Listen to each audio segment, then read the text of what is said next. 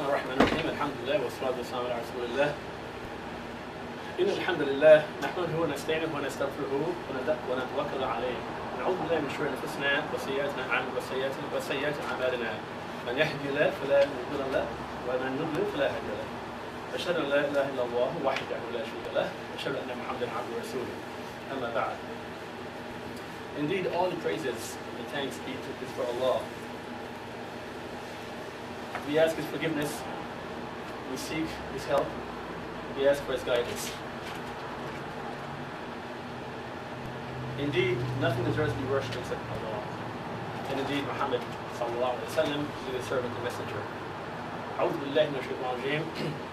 يا أيها الذين آمنوا اتقوا الله حق تقاته ولا تموتن إلا وأنتم مسلمون.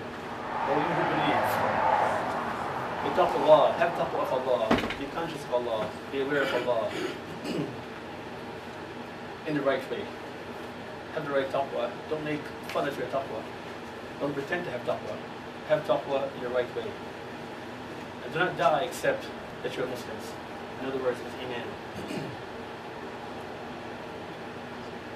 يا أيها الناس اتقوا ربكم الذي خلقكم من نفس واحدة وخلق منها زوجها وبث منهما رجالا كثيرا ونساء واتقوا الله الذي تساءلون به والأرحام إن الله كان عليكم رقيبا. O mankind, have taqwa of Allah. Be aware of your reverend Lord, who created you from one soul, and from that soul created its mate, and from them two created a multitude of men and women. Be conscious of Allah, be aware of Allah, the one in whom you seek your mutual rights when you wrong each other's. And be conscious of Allah in terms of how you deal with your relatives. Do not break blood ties unnecessarily. In other words, if you have folks who are not Muslims, or even if they're Muslims, and they do not make war against you in your deen, don't cut the ties. Because in that there's da'wah. Indeed, Allah is ever watchful of what you do over you. يا أيها الذين آمنوا اتقوا الله وقولوا قولا سديدا يصلح لكم أعمالكم ويغفر لكم ذنوبكم ومن يطيع الله ورسوله فقد فاز فوزا عظيما. All you who believe, have taqwa of Allah, and say a word that is correct and to the point. Allah will forgive your sins and improve your affair. Well, whoever obeys Allah and the Messenger, Allah will improve their affairs and forgive them their sins. And whoever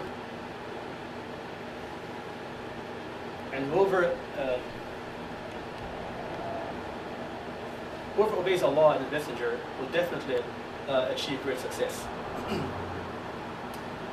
أما بعد فإن أصدق الحديث كتاب الله وخير الهدي هدي محمد صلى الله عليه وسلم.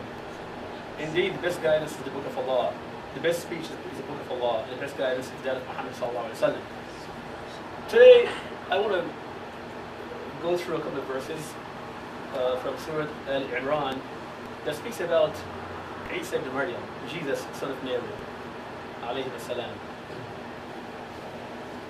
Being that this is a time when people remember those two a lot these days, and it seems like this is one of the most important times when they reflect on Prophet Jesus and his mother Mary, alayhi salam. أعوذ بالله من الشيطان الرجيم.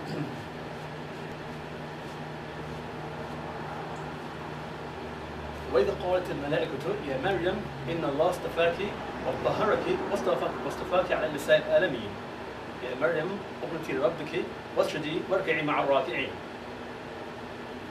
And the angels, but through Allah's command, spoke to Maryam.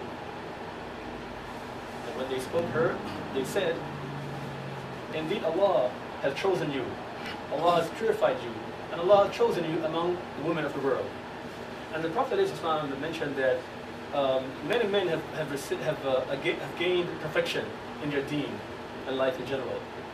And a few women have done that. And amongst those few women are Maryam, alayhi salam, and Asiya, the wife of Fir'aun. Maryam, mother of Jesus alayhi salam, and Asiya, the wife of Fir'aun. And then he also mentioned that Maryam alayhi salam, she was the best of the women of her time. And Khadija radiallahu anha was the best of the women of her time. And then Allah mentioned, and then the Prophet alayhi salam mentioned the goodness of Fatima. These women, these Fatima and Aisha, these four women will be the leaders of the women in paradise. Fatima, the daughter of the Prophet alayhi salam, was a perfect example of someone, of being a wife and a mother and daughter of the Prophet. And Aisha, radiallahu anha, the Prophet ﷺ said that the position of Aisha among the Ummah is the position of thareed amongst the meals. What is thareed? Thareed was a dish loved by the Prophet ﷺ. A simple dish of meat and bread. That was I guess a four-course meal for the Prophet ﷺ. That simple meal of bread and meat, that was considered like a great dish, you know. And that dish was superior to other dishes. So the position of Aisha radiallahu anha amongst the Ummah or the women, is like the position of thareed amongst the meals. Returning to the ayah, Allah says, ذَلِكَ مِنْ أَنْبَاءِ الْغَيْبِ نُوحِيهِ إِلَيْكَ. This story that we are talking about now, we're about to tell you, is from the ghaib, the unseen. All right, and we have revealed it to you. We have inspired it in you. We have sent it to you as a wahi. And Jibreel alayhi salam is the one who takes the wahi from Allah, revelation, and puts it in the heart of Muhammad alayhi salam, and then he recites it to people or tells it gives an example of that revelation. وَمَا كُنْتَ لَدَيْهِمْ إِذْ يُلْقُونَ أَقْلَامُهُمْ أَيْهُمْ يَكْفُلُ مَرْيَمَ وَمَا كُنْتَ لَدَيْهِمْ إِذْ يَخْتَصِمُونَ. And you were not amongst them when they threw their pens to decide which one should be the guardian or the sponsor of Maryam. And you were not amongst them when they disputed in this matter. Now, Maryam alayhi salam, her parents did not have any children, and they asked for a child. They begged Allah to give them a child. And they said if Allah, respond to their dua, their request of giving them a child, they would dedicate that child to the service of God, the service of Allah. Right? And Hannah, Maryam's mother, she conceived, and then Maryam alayhi salam was born. And of course, in those days, when you speak of someone being a righteous person, an example for people, you think of a male, not a female, So when Maryam was born, her mother was like a little surprised that, oh, I've given birth to a girl, and she was really thinking that this was going to be a boy.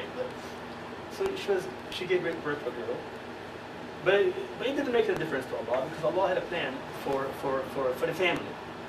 So she took Maryam to the temple, and when she was still a toddler, to offer her to the temple, to be raised in that environment. And this is the Masjid Al-Islaah. So, the leader of the temple at that time, he was a righteous person.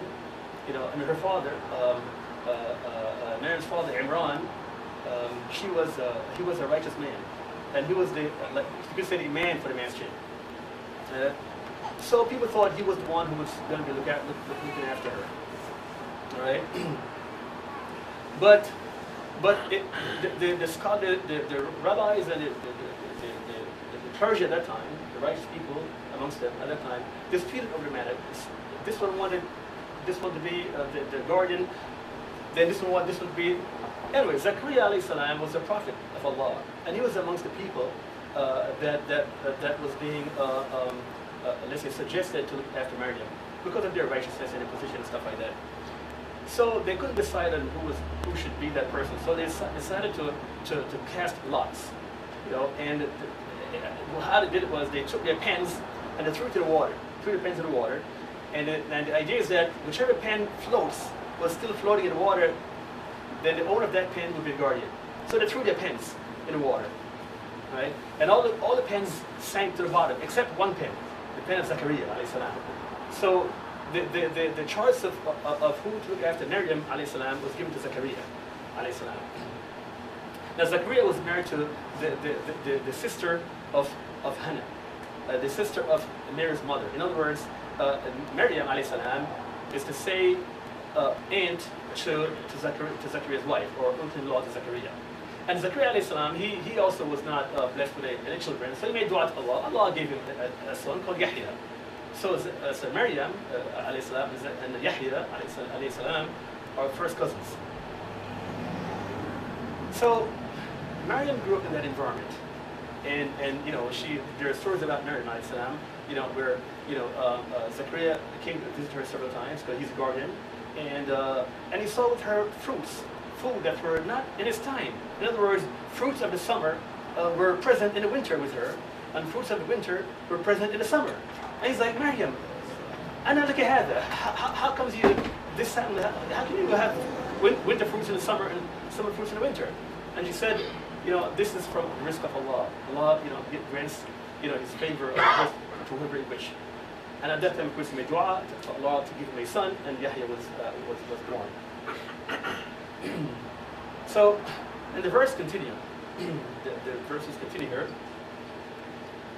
إذ قالت الملائكة يا مريم إن الله يبشرك بكلمة منه اسمه المسيح عيسى بن مريم وجيها في الدنيا والآخرة ومن المقربين. And among the angels, again, Allah is speaking to Maryam through angels. But the angel will command to speak to Maryam. And when the angels said, "Oh Maryam, Allah has given you the good news, the good tidings." Okay, and this good tidings is a son to be born to you. Right? It is the word of Allah. Allah has given you the good tidings of the word from Him, and His name is Iesa, Jesus, son of Mary. Iesa ibn Maryam. Right? He will be a noble person, considered noble in the dunya and the akhirah. So in this life, next life, people will regard him as a noble person, as an honorable person, and he will be of those brought close to Allah. And of course, Isa alayhi salam, we have today almost half the world's population honor and respect and revere Isa alayhi salam. Whether you're a Christian or Muslim, you do that. Of course, the Christians have gone beyond the limits of honoring, you know, and they have committed shirk. You know, alhamdulillah, Muslims are still within the guidelines set by Allah of respecting and revering and showing honor to our Prophet. So a quarter of the world's population have gone to committing shirk in honoring Isa alayhi salam, and the other quarter, we Muslims, have not. Alhamdulillah. So Allah is saying to Maryam that Allah is going to give you a word from Him. A word. In other words, Isa alayhi salam is the word of Allah. He's the word of Allah. In the sense that Allah said, when Allah wanted to create Isa alayhi salam, the angel was sent to blow the breath of life, or the breath of pregnancy, so to speak, through the bosom of Maryam. Because in those days, I guess the dresses were, they had an opening in the front, and then you cover it. So it was the breath of conception, so to speak, was blown into Maryam from the opening in her upper garment through her private parts, and then she conceived, and Isa alayhi salam was born. And Allah is saying that yes, and this happened when Allah gave the command kun. Allah gave the command to Isa alayhi salam to be created by saying kun, mean be. It's the same thing with Adam alayhi salam. إن مثل عيسى عند الله كمثل آدم خلقه من تراب ثم قال له كن فيكون. Indeed, the similitude of Isa alayhi salam with Allah is like that of Adam. Allah created him from clay, and then said to him, be, and he became. So Adam alayhi salam and Isa alayhi salam, they have a similarity in the sense that they were both kalimat Allah. They were both created by the word of Allah. Kun fayakun. And then it goes on to say that the set of verses go on to say that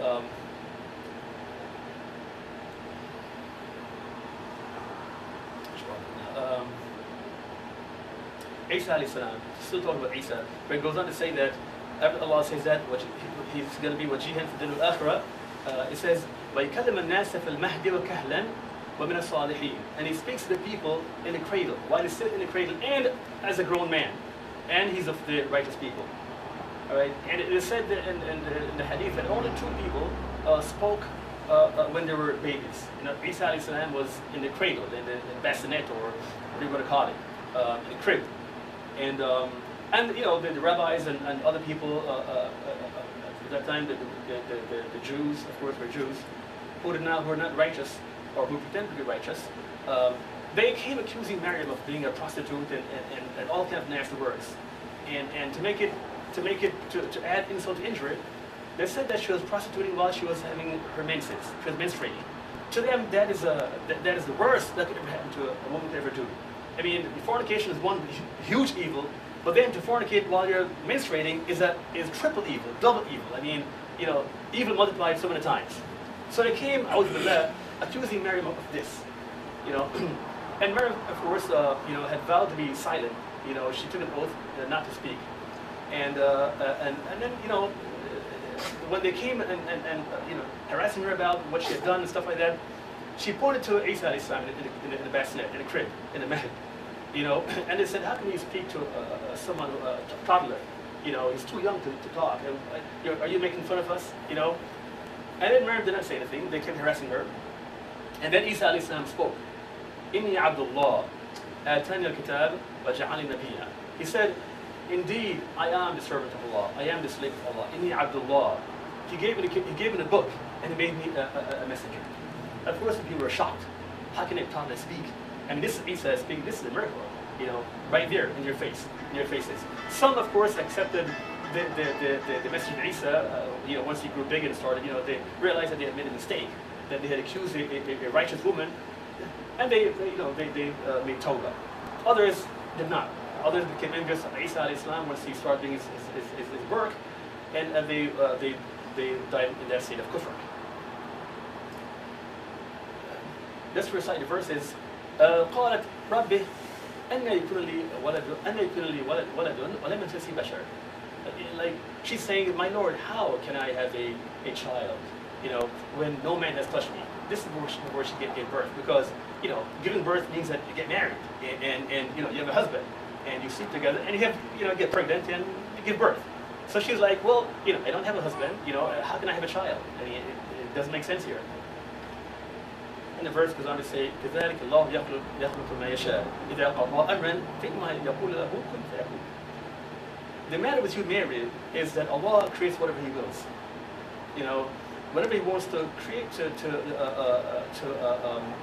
whatever He wants to, whatever He has decreed something, He says to it, be, and it is. وَيُعَلِّمُ الْكِتَابَ وَالْحِكْمَةَ وَالتَّوْرَاةَ وَالْإِنْجِيلَ. And Allah will teach Isa alayhi salam, a Torah, in the book of Moses, in the book of the Prophet Moses alayhi salam, and wisdom, you know, and the gospel. He will teach him, you know, al-kitab, wal-hikmah, wal-Torah, wal-Injil. So he'll teach him the book, meaning the scholarly works, you know, which is not just the book, but all that goes on with the deen.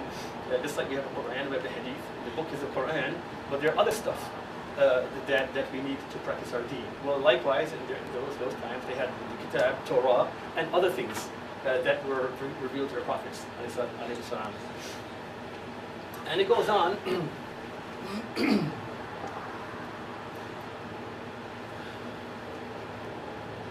ويعلمه الكتاب والحكمة والتوراة والإنجيل ورسولا إلى بني إسرائيل, and as a messenger to Bani Israel. Now, Allah is being very specific here, that you, Isa alayhi salam, you will be a messenger to Bani Israel, to the tribe of Israel, which was basically that area of Palestine. That's where your work is going to be done, right there. You are not sent to you know, Somalia or to Arabia or to India. You are being sent to Bani Israel, right there in that area. That's your work. Unlike Prophet Muhammad who was sent to all the worlds, Rahmatul Alameen, Kafatan, you know, all the world basically, Kafatan Nas, everyone. And so Allah is telling Isa again that He's going to be doing His work right here in Bani Israel. أَنِّي قَدْ جِئْتُكُمْ بِآيَةٍ مِّن رَبِّكُم, saying Isa alayhi salam, saying that I have been sent to you from my Lord with a sign. أَنِّي أَخْلُقُ لَكُم مِّنَ الطِّينِ كَهَيْئَةِ الطَّيْرِ. فأنفخ فيه فيكون طيرا بإذن الله. That I have I fashion from clay something in the form of or the shape of a bird. Then I blow into it and it becomes a bird بإذن الله. Again, notice that بإذن الله, with God's permission, with Allah's permission, right? وأبرئ الأكمه والأبرص وأحيي الموتى بإذن الله. And I cure the leper, and I cure the blind, someone who was born blind, and the leper, again and I raise the dead, to life, bring the dead back to life with Allah's permission, right? And I inform you, again, ilm al-ghaib, I inform you of what you are eating in your house, what you're eating, and what you are storing in your houses. I mean, this is a big example of ilm al-ghaib. Isa al-Islam was given, the information through Allah, so that he could tell people what they were eating at home and what they were storing at home. They didn't have refrigerator in those days, but they had ways of storing, oil and grains and you name it. All right. Again, these are signs from Allah. All right. Indeed, in these are signs for you if you are believers. I mean, in other words, you should be believing by now. After all these signs that I'm showing you, if you still do not believe, you're in trouble. This is kufr. I mean, what else could I do to convince you that I am a messenger of God? I mean, raising a dead person back to life, that's not an easy matter. I mean, that's one of the topmost miracle. It brings someone back to life. So if all this is not touching your heart and moving you that I am a messenger of God, what else can I say to you?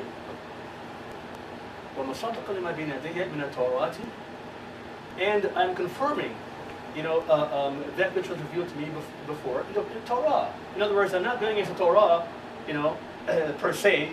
I'm living by the Torah.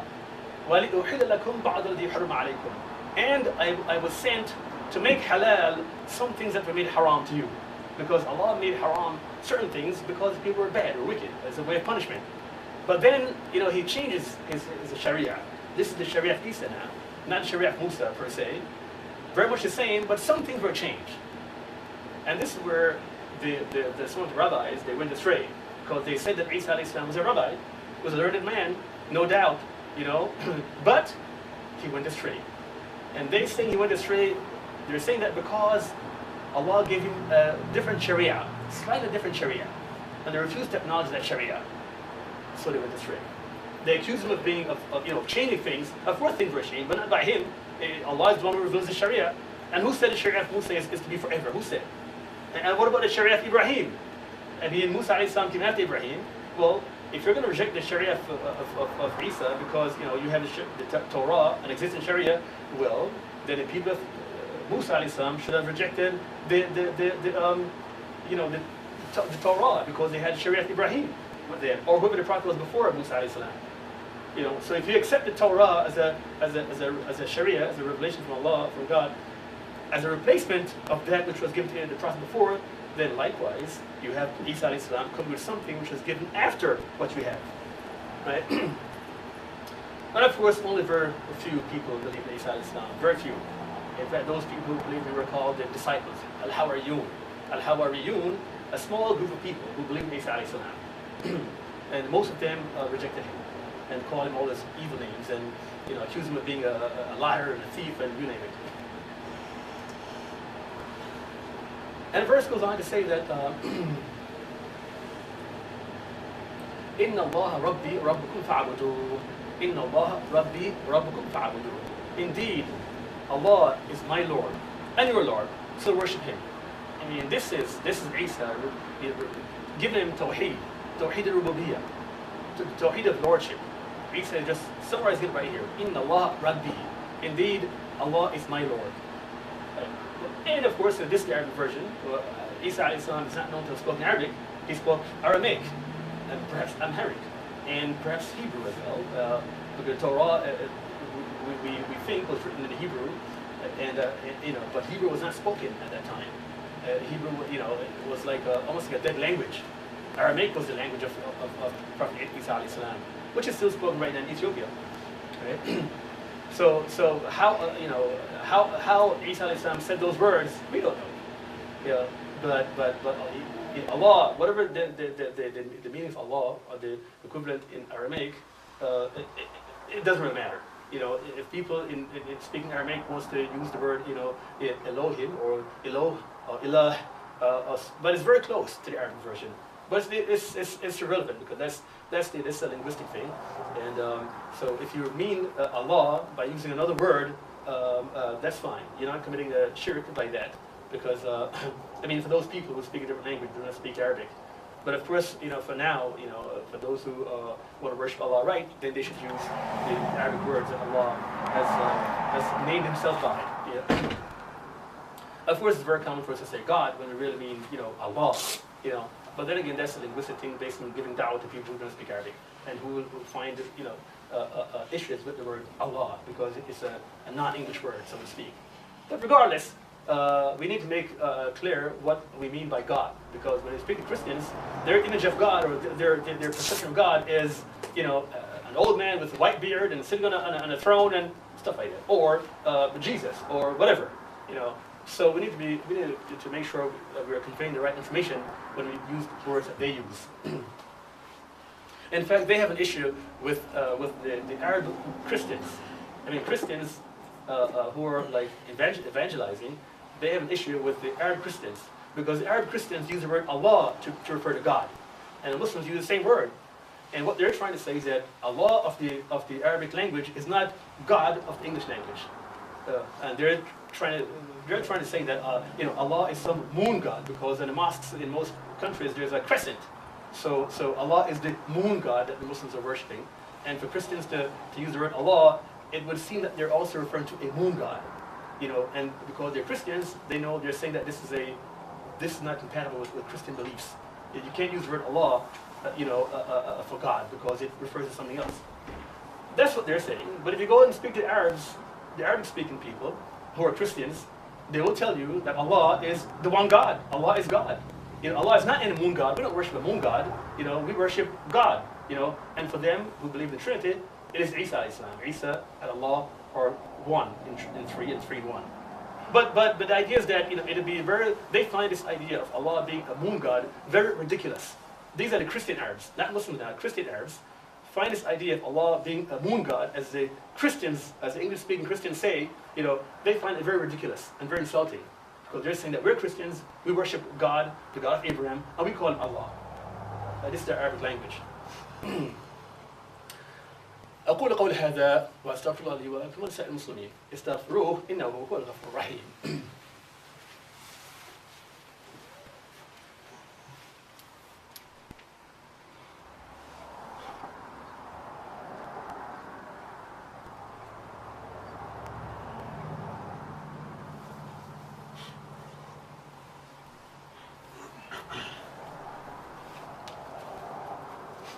الحمد لله والصلاة والسلام على رسول الله. اللهم إنك عفو كريم تحب العفو فاعف عنا. اللهم صل وسلم وبارك على سيدنا محمد وعلى آله وصحبه أجمعين ومن تبعهم بإحسان إلى يوم الدين.